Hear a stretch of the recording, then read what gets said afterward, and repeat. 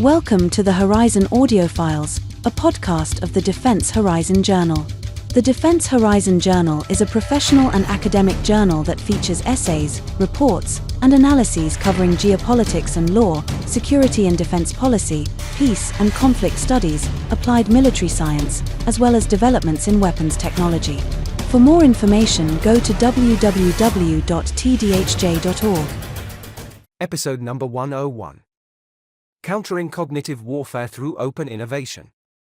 By Bernard Schuliok, Clemens Kirschbaum, and Raphael Dax. A new power is rising.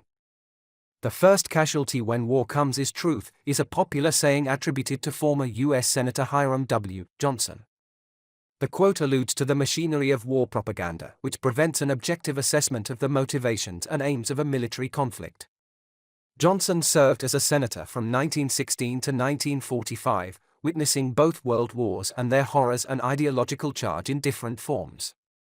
From the patriotic exaltation of the First World War to Hitler's total war in the Second World War, ideology and propaganda served to mobilize the masses and legitimize violence for what was set out and perceived as a greater cause. Elaborating on this thought more generally, it is hard to imagine any war without a narrative that explains its cause not only to the warriors fighting it, but also to the society that endures its casualties and absorbs its economic costs. In fact, when looking back in history, propaganda has been tied to war as closely as mobilization to conflict itself. Following Clausewitz's seminal argument that war is merely the continuation of policy by other means and that war comprises a remarkable trinity of passion, probability, and reason, the construction of a political narrative is inevitable. Clausewitz attributes passion mainly to the people in a society, probability and chance to the commander and his army, and reason to the government. Reason, in that sense, defines the political objective of the war and sets the strategic narrative's core message. It is the political why that leads to the use of force. Probability and chance, as they reside in military leadership, concern the ability to deal with the uncertainties of war and to achieve the best possible outcome in the field. Lastly, passion, as attributed to the civil population, is a society's emotional engagement that enables sustained societal mobilization and support for the war effort. Thus, with passion being one of the three constitutive elements that shape the gestalt of war, propaganda, as a tool for influencing passion, becomes strategically intrinsic. In other words, without passion there would be no collective conviction that the cause is worth fighting for, and that war, however costly, is a meaningful instrument in its service. Long before Clausewitz, Sun Tzu already observed that the skillful leader subdues the enemy's troops without any fighting. Yet, while the idea of influence and stratagems is almost as old as warfare itself, digitalization, the internet and access to decentralized information networks have fundamentally altered the scale and speed of what is possible in terms of influence. In the 21st century, propaganda appears stronger than ever. Not only countries but more and more private actors invest millions in PR and information campaigns to influence public opinion in favor of their cause. A prominent recent example is the Cambridge Analytica scandal of 2016. The private data analytics firm harvested the personal data of up to 87 million Facebook profiles without user consent, using it to support Donald Trump's presidential campaign and, allegedly, the Brexit referendum. By developing detailed psychological profiles of citizens for targeted advertising, the firm's explicit goal was to identify those who might be enticed to vote for their client or be discouraged from voting for the opponent. Another example is Russian state-sponsored troll farms influencing not only their own society to strengthen the support of an autocratic government, but they also target Western communities with the aim of polarizing society and undermining trust in Western governments.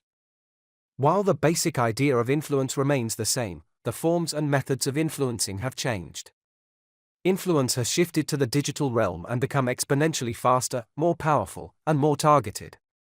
While information has always been integral to warfare, advances in technology and the emergence of multi-domain operations have elevated it to a cross-domain capability within the multi-domain operational environment.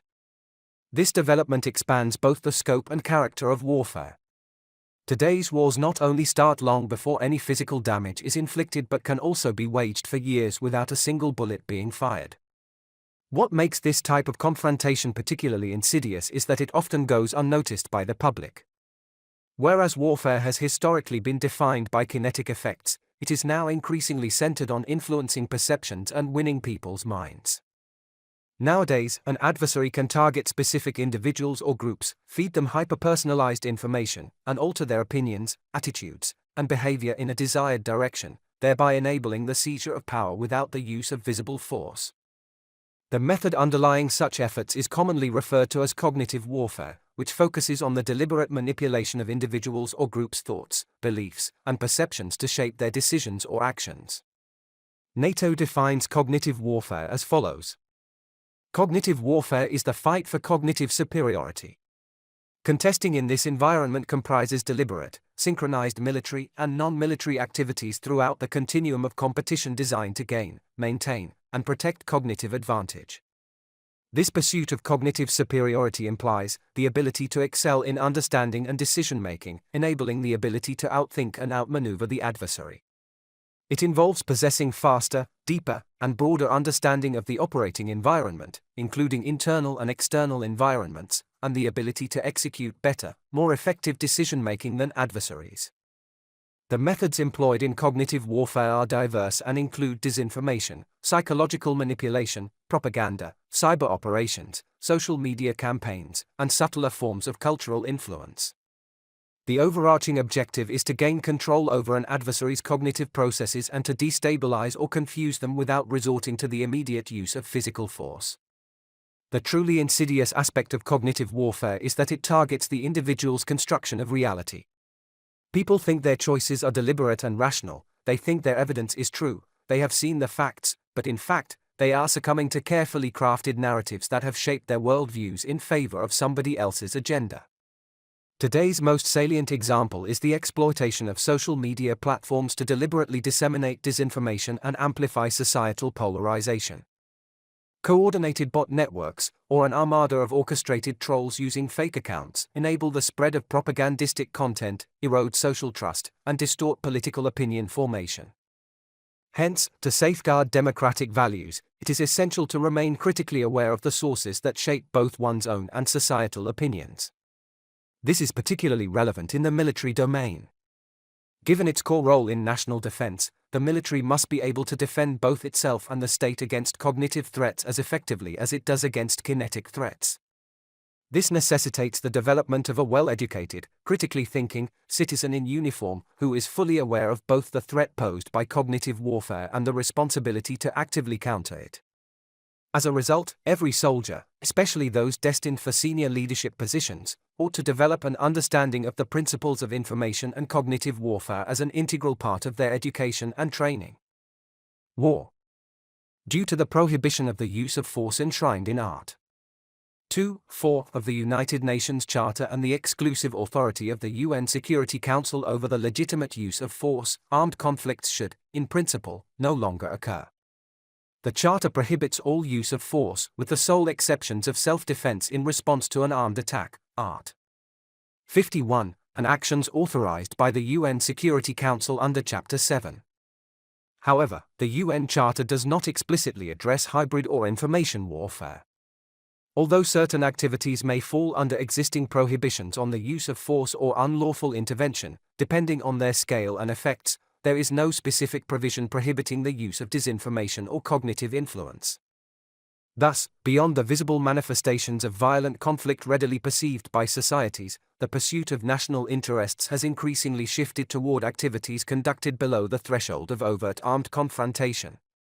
These activities are commonly subsumed under the concept of hybrid warfare, although conventional fighting may also be part of the conflict. Generally, the term warfare denotes the manner in which conflicts are conducted. Hybrid warfare employs the full spectrum of instruments of power, with at least two instruments being applied in a coordinated manner. These instruments include operations using military, political, economic, civil, and informational means, abbreviated as MPECI. Actions are deliberately positioned across and between the responsibilities of different state institutions, exploiting seams in governance and jurisdiction. It is precisely this coordinated application of measures below the threshold of armed conflict that significantly amplifies their overall effect. Hybrid warfare, however, is not confined to the enforcement of interests below the threshold of war. It is typically pursued after the outbreak of armed hostilities to achieve strategic objectives. Open warfare is then added to this spectrum of measures when other instruments prove insufficient, fully in line with Clausewitz's assertion that war constitutes the continuation of politics by other means. Yet the threshold from politics to war is rather vague in the case of hybrid actions. States nowadays possess a wide range of options for pursuing their interests. Political coercion and economic measures such as sanctions, tax and customs policies, energy policy, or the instrumentalization of critical raw materials are amongst the most salient actions in recent history. The second Trump administration's use of tariffs to exert political pressure offers a vivid illustration of this dynamic in today's volatile and increasingly multipolar international environment. Undoubtedly, while international law continues to stigmatize war, the gray zone below the threshold of armed conflict is presently experiencing a significant and sustained expansion. Given the geopolitical situation in 2026, a hybrid conflict is already underway, not merely between East and West or the global North and South, but between competing worldviews even within a single country or region. Geographical borders are becoming increasingly irrelevant in this context. For example, Russia is using far-right parties in Europe, such as AfD in Germany and FP in Austria, for its propaganda to stop support for Ukraine on the one hand and stop sanctions against Russia on the other hand. In both cases, the winner will be Russia. Defending against hybrid threats is less a matter of controlling geography than of maintaining control over truth. Truth. According to the correspondence theory of truth, a belief is considered true if it corresponds to a fact, e.g., it is raining, is true if it is actually raining. However, such insight does not really help in complex contexts. There are other theories of truth that give more clues on what might constitute truth as a basis for human decision-making. 1. According to coherence theory, a claim is true if it fits consistently within a broader system of beliefs. 2. Following a pragmatist definition, something is true if it works reliably in practice. 3. According to a constructivist perspective, truth itself is constructed, a result of a social negotiation process that leads to intersubjective viability, e.g. the English language has agreed upon the word red representing a certain color, although people's individual perception of the color may differ. These examples of definitions show that there exist both objective and subjective conceptions of truth. Together, they are building blocks of a person's worldview and opinions. The first concerns objective truth. Adversarial actors can attack factual reality by spreading false information about events and circumstances. Recent history has shown a number of cases in which a variety of state and non-state actors played with false information to influence public opinion in favor of their cause, alternative facts, as former Trump advisor Kellyanne Conway put it. Due to their oftentimes greater attraction and/or novelty, false information is said to spread significantly faster and farther than true information, with the effect being even more pronounced for political news. Although facts can theoretically be checked, filtered, or censored to protect the truth, this is hardly possible in practice due to the sheer amount of information available. Research suggests that roughly 70% of users in online social media are unable to distinguish real from fake news. This being said, false information is still relatively visible, meaning that it would be at least theoretically possible to check some piece of information against the actual facts. For the second line of thought regarding subjective truth, this, unfortunately, is impossible. When information is the soil, a person's worldview is the plant that grows from it. Subjective convictions subconsciously form over years on the basis of what people experience, with whom they interact, and the information they encounter. Such subjective convictions influence the correspondence between fact and information, as they provide the frame of reference that allows individuals to interpret, i.e., make sense of, what they perceive. Subjective truth, in that sense, concerns how people interpret circumstances as intelligible situations that inform their actions and beliefs. Thus, if an adversary can influence subjective truth, an individual's construction of reality, this provides an even greater lever of disruption. Edward Bernays, the godfather of propaganda, argued that people are best persuaded not through rational argument but through shaping the context in which they interpret reality, linking ideas to emotionally charged symbols, desires, and fears. Then the desired narrative is reinforced by trusted intermediaries, media, experts, institutions, until it feels like common sense, leading the audience to believe the intended conclusion was their own. Authoritarian and extremist regimes deliberately exploit this fragility of truth. Beyond external messaging, they regularly direct propaganda inward. In Russia, for example, media reporting is centrally controlled and deliberately infused with emotional content like music, suggestive visual montages, and carefully selected linguistic frames designed to steer audiences toward predefined interpretations. This method of psychological manipulation is also known as reflexive control, which refers to carefully orchestrated methods designed to interfere with an adversary's decision-making by altering perceptions, limiting information, and exploiting cognitive biases. Rather than directly forcing an action, reflexive control aims at creating an environment in which adversaries voluntarily make decisions favorable to Russia's strategic interests. In recent hybrid warfare scenarios, such propaganda is crafted to lead people to question the very notion of truth as a societal reference point. The desired outcome is a society in which trust in any public authority and reliable media is eroded, making room for alternative narratives, usually in favor of the adversary. Nowadays, such strategies are interwoven with conventional military doctrine and are being applied by most leading military powers. Vice versa, countering such strategies is a category of its own. On countering cognitive warfare. Cognitive warfare seeks to achieve cognitive superiority and cognitive advantage. Ideally, one is in the position to shape the narratives that parts of a society uses to construct its reality, typically below the threshold of conscious perception. Thus, the objectives of cognitive warfare are threefold: 1. To influence or manipulate the decision-making of the adversary, 2. To protect one's own cognitive processes, and 3. To enable faster and more effective decision-making.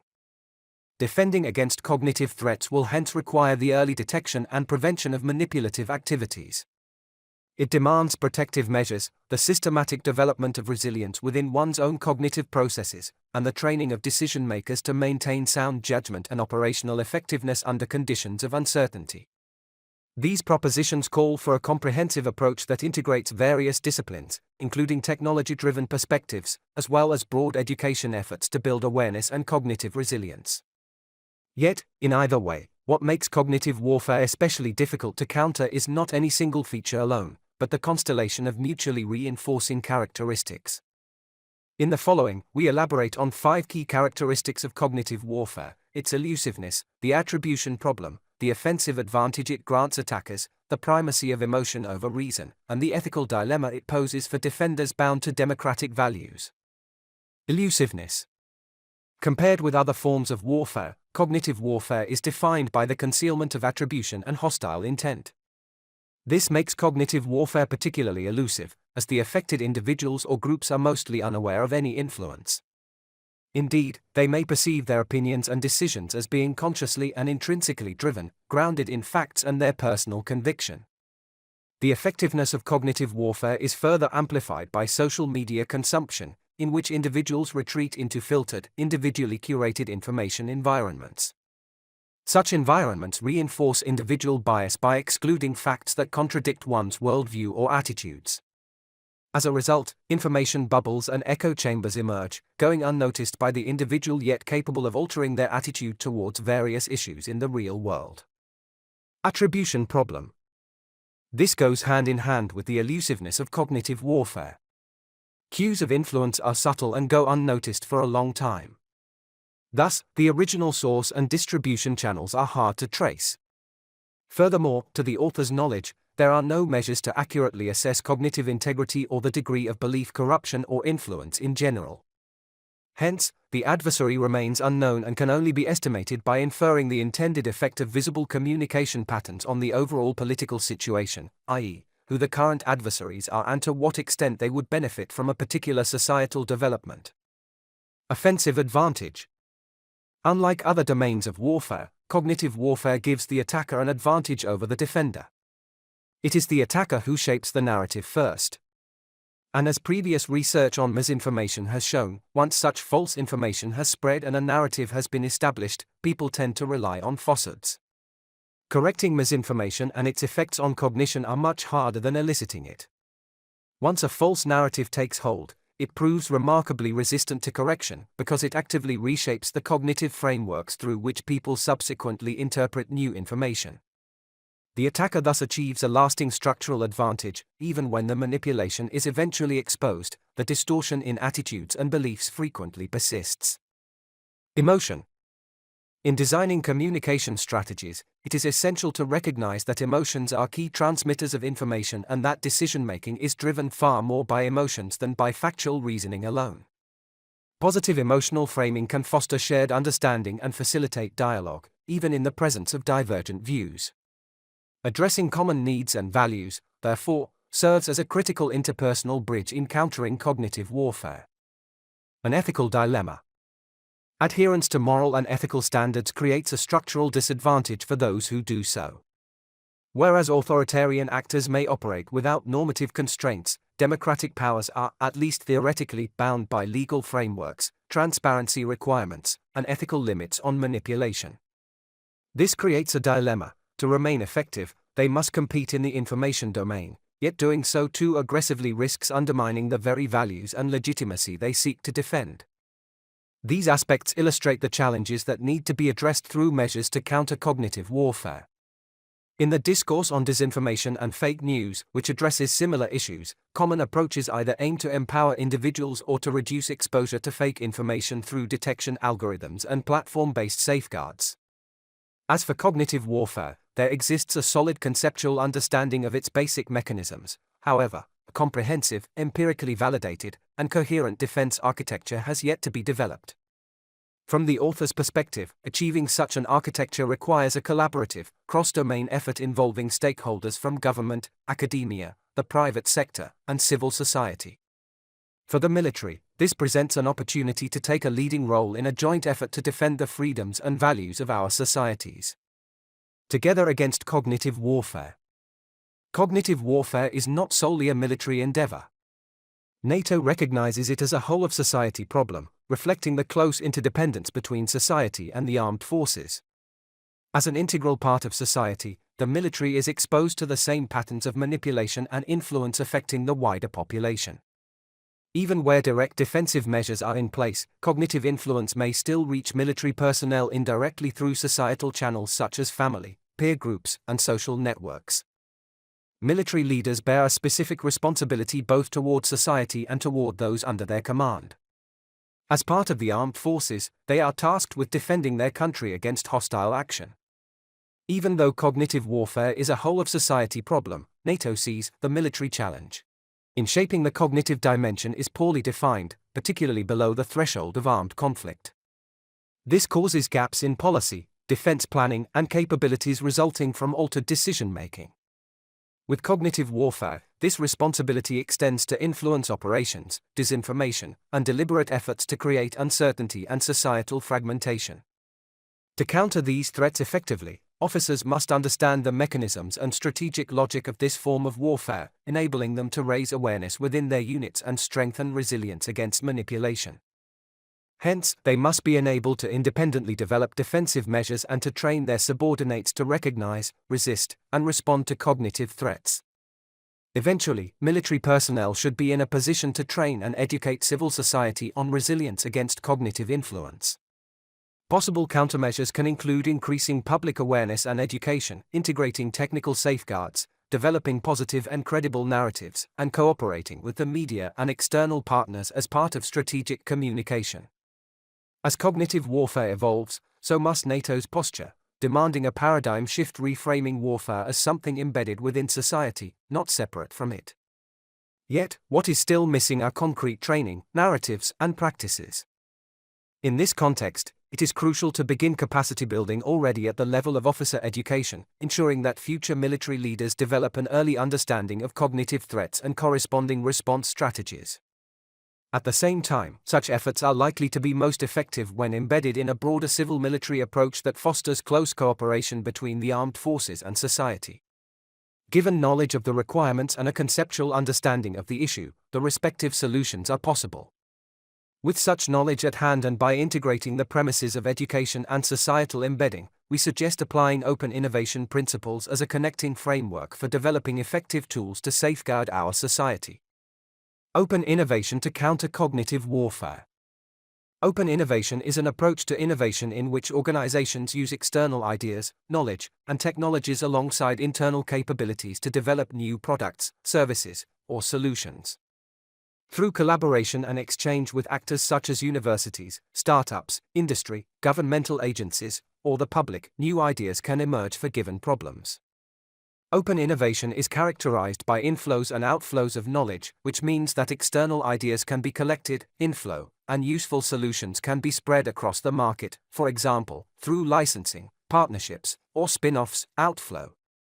For developing countercognitive warfare measures, this provides an interesting perspective, as it allows for a greater variety of ideas and proposed methods that can then be tested and evaluated for their effectiveness. Additionally, as more individuals engage with the topic, overall awareness and critical understanding increase, thereby reducing susceptibility to manipulation and making cognitive influence operations significantly more difficult to execute. In fact, for some domains, open innovation is already emerging as a practical paradigm in the military sphere, as demonstrated by initiatives such as NATO's Defense Innovation Accelerator for the North Atlantic, DIANA, the US Defense Innovation Unit, DIU, or DARPA. On the European level, there is the Hub for EU Defence Innovation, HEDI, the EU Defence Innovation Scheme, EUDIS, enabled by the European Defence Fund, EDF, or JEDI, the Joint European Disruptive Initiative, resembling the European equivalent to DARPA. These efforts are further complemented by a range of national programs. Here, two distinct approaches can be observed: more centralized, institutional models on the one hand, and network-based, collaboration-driven approaches on the other. While the former facilitate accessibility and visibility for civilian actors through clearly defined entry points, e.g. innovation agencies, the latter rely on the gradual development of relationships and cooperative structures, which present higher entry barriers and increase complexity for new actors, thereby potentially limiting immediate engagement. In general, to set up an open innovation initiative, two processes are necessary: first, the process that leads to and enables open innovation, and second, the open innovation process itself. For military organizations, especially in the first step of opening up to external input, this can be challenging, as such organizations are typically hierarchical, compliance-driven bureaucracies that employ procurement models poorly suited to flexible co-development with external partners. Moreover, delegating responsibilities outward is a risk because it threatens strategic autonomy. Herein it all argue that successful open innovation in the military domain requires a sufficient depth of collaboration to build sufficient trust to share important knowledge. When the military can share its knowledge, however, it has the advantage of not having to commercialize innovation outcomes, thereby reducing tension around the so-called openness paradox, sharing knowledge versus capturing returns. Another prerequisite is management support and the allocation of sufficient resources, including the enlistment of internal personnel to work with innovation intermediaries. The innovation process itself requires the purposeful selection of the right problems and careful descriptions of the ends to be achieved, enabling the joint development of both novel and useful solutions. To guide the innovation process, Wallin and von Krogh suggest 5 steps. 1. Define the innovation process. 2. Identify innovation-relevant knowledge. 3. Choose an appropriate integration mechanism. 4. Create effective governance mechanisms. And 5. Balance incentives and controls. The aim of this paper is to highlight relevant knowledge on specific countermeasures, as mentioned before, especially proactive measures, e.g., developing positive narratives rather than reacting only with facts. In this context, cognitive warfare strategies, tools, and mechanisms ought to be developed. In particular, this includes identifying key capability gaps in detection, attribution, resilience building, and strategic communication. By structuring these challenges in a way that is accessible to a broader innovation ecosystem, they can be translated into concrete problem statements suitable for collaborative solution development. The effectiveness of such an approach depends on the successful integration of both military expertise and societal perspectives. Cognitive warfare, by its very nature, operates within the cognitive and social domains. Consequently, purely internal or technologically driven solutions are unlikely to be sufficient. Thus, facilitating structured interaction among diverse stakeholders enables not only the co-creation of specific solutions to counter cognitive warfare but also the building of awareness and the contribution to broader societal resilience. What is next? This paper has 2 main contributions. First, it consolidates knowledge on cognitive warfare and gives a conceptual overview of the current challenges in this sphere. Second, it argues for an open innovation approach to address these challenges. The contribution aims to provide a structured foundation for open innovation initiatives to counter cognitive warfare. By articulating capability requirements, potential contributors gain clearer guidance on where and how they can meaningfully engage. In this sense, the paper also serves as a research agenda for the collaborative development of countermeasures against cognitive warfare. Currently, some of the most salient objectives in countering cognitive warfare are: a society that is no longer willing to actively respond with proportionate and effective means to emerging threats risks the gradual erosion of its freedoms and dignity. It forfeits the values it seeks to protect. The ability to embrace pacifism without fear of repression is itself a privilege afforded by democratic systems. At a minimum, soldiers who risk their lives to preserve these freedoms deserve the recognition and respect of those who choose not to engage directly in their defense. The protection of societal willingness and capability to defend can hence be seen as an overarching objective of all countermeasures against cognitive warfare. Growing pacifist tendencies in Western societies can, in part, be understood as the cumulative result of long-term influence operations conducted by actors hostile to liberal democratic values. Detecting recurring hostile communication patterns and manipulation techniques enables early recognition of influence campaigns and coordinated disinformation efforts. Solutions could encompass technical measures, as well as elements from psychology, sociology, linguistics, or other disciplines.